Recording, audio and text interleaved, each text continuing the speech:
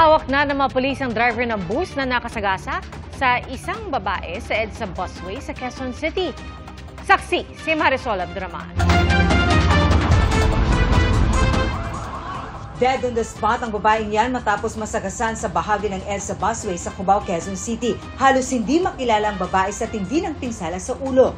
Basag naman ang kanang bahagi ng windshield ng nakasagasang bus. Ayon sa mga saksi, tumawid ang babae sa busway bandang alas 9 ng umaga kanina. Nakita niyo po muna siyang patawid. Opo, dala niya yung kalakal niya. Tumawid po siya. Tapos po, biglang may kumalabog.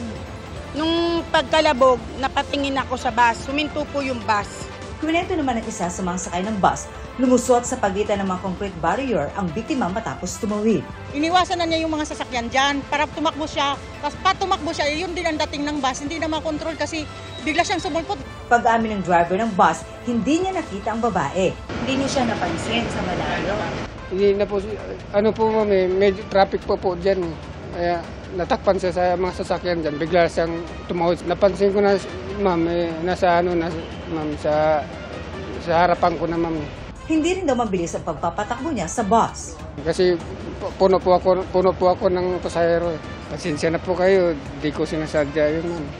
Ayon sa nakuha naming informasyon, ma'am, galing sa bus driver, ang kanya pong takbo ay 30 kilometers per hour. Pero amin pa pong aalamin sa CCTV po namin na makukuha. Ayon po sa kanyang salaysay, ma'am, ay yung babae daw po ay bigla pong sumulpot.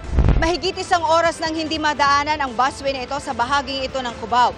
Kaya naman ang mga bus sa regular lane na dumadaan, kaya kapansin-pansin ang pagbagal ng daloy ng mga sasakyan dito sa EDSA. Nasa kustodiya na ng pulisya ang driver. Sasampahan pa rin po ng kaso na reckless imprudence resulting in homicide. Bawal na bawal po talaga tumawid po dito kasi po bawal way po ito, delikado po talaga ito, bawal po talaga. Marami po tumatawid, ilabesa po sinabihan namin, ayaw po rin talaga. Para sa GMA Integrated News, Marisol Abduraman, ang inyong saksi.